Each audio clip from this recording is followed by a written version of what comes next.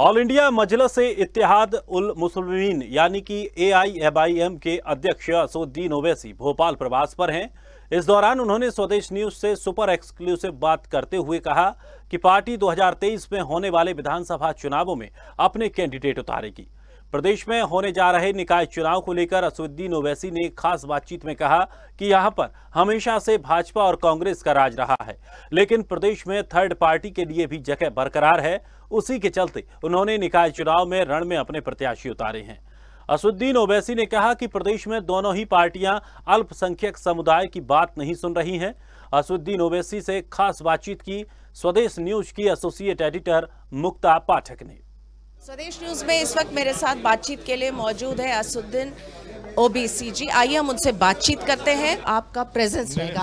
हमारी पार्टी ये चाहती है कि मध्य प्रदेश में जो हमेशा राजनीति हो रही है दो पार्टी की हो रही है, तो तीसरा विकल्प के तौर पर यहाँ पर एक स्कोप भी है, वैक्यूम भी है, और हम वही लाइन पर कोशिश कर रहे हैं। और दूसरी चीज़ ये कि अल्पसंख्यक समाज, दलित समाज, आदिवासी समाज को अपनी एक इंडिपेंडेंट पॉलिटिकल लीडरशिप की ज़रूरत है, तो MIM पार्टी वही कोशिश कर रही है। और तीसरी बात यह कि जितने अल्पसंख्यक समाज के जो लोग जीत कर जाते हैं, उन्होंने मुसलमानों के लिए मध्य प्रदेश हो या भोपाल हो कुछ नहीं किया, और बहुत से मसाइल हैं, तकालीफ हैं, गवर्नमेंट की गलत पॉलिसी और जुल्म करती है सरकार, तो उसके ख़िलाफ़ एक आवाज़ की ज़रूरत है, और वो आवाज़ आएगी जब वोट डालकर वो अपने नुमाइंदों को कामयाब करेंगे। विधानसभा चुनाव में हिस्सा लेंगे, बिल्कुल लेंगे। तो ये आपने सुना ओबीसी को, जिसका साफ कहना है कि MIM जो है 2023 के विधानसभा चुनाव में पार्टिसिपेट करेगी, और जो नगरीय निकाय चुनाव में MIM ने अपने कैंडिडेट्स को उतारा है, वो एक तरह से कह सकते हैं कि वो वाटर को टेस्ट करना चाह रही है कि मध्य प्रदेश में MIM का कितना प्रेजेंस हो सकता है। स्वदेश न्यूज के लिए भोपाल से कैमरामैन सुजीत के साथ मुक्ता पाठक।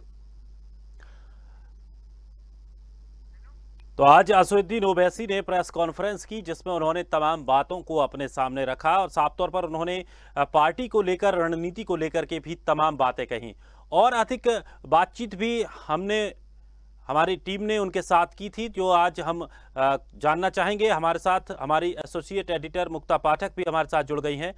मुक्ता, आज आपने असदुद्दीन ओवैसी से बातचीत की, तमाम बातें उन्होंने कही, जिस तरह से साफ तौर पर यह भी कहा जा रहा है कि अब वो आने वाले विधानसभा चुनावों में भी कदम रखने वाले हैं।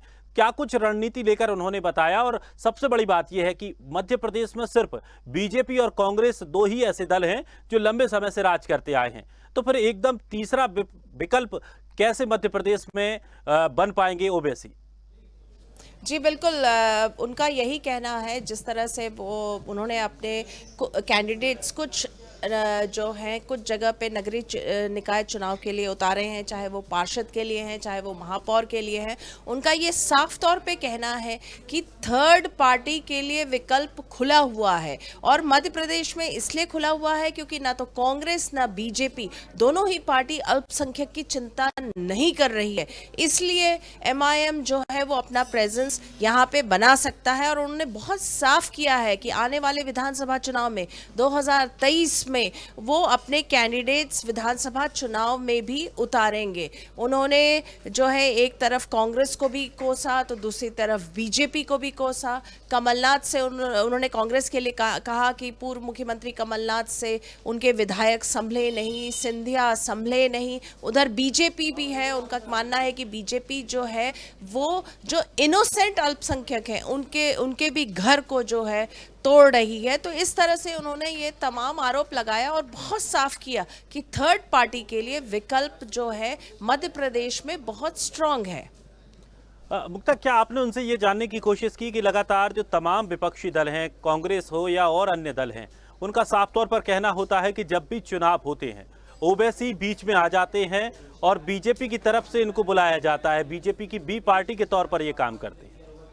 जी बिल्कुल, ये पूछा गया था प्रेस कॉन्फ्रेंस में, उनसे कई बार पूछा गया था कि आप कांग्रेस को कोस रहे, तो उन्होंने कहा नहीं, मैं तो बीजेपी को भी कोस रहा हूं। तो उन्होंने बहुत एक तरह से अगर हम देखें तो कांग्रेस बीजेपी दोनों को ही उन्होंने एक तरह से दोनों की ही उन्होंने खिंचाई की। हालांकि हाँ, ये बात सही है, उनको जो है बीजेपी का बी टीम माना जाता है और ये माना जाता है कि उनके आने से जो है वो कांग्रेस को नुकसान होता है। जी लेकिन अगर इन चुनावों को लेकर बात करें, खास करके निकाय चुनावों को लेकर बात करें, तो कितने आश्वस्त वो दिखे, उनको कितनी उम्मीदें इन 6-7 सीटों पर जिन्होंने अपने प्रत्याशी उन्होंने अपने उतारे हैं, उन पर वो आश्वस्त दिखाई दिए? देखिए, उनका एक जो कमेंट था वो बहुत अच्छा था। उन्होंने कहा कि मेरा पूरा जो करियर है वो नाकामयाबी के ऊपर कर करके मैं इतना ऊपर आया हूँ।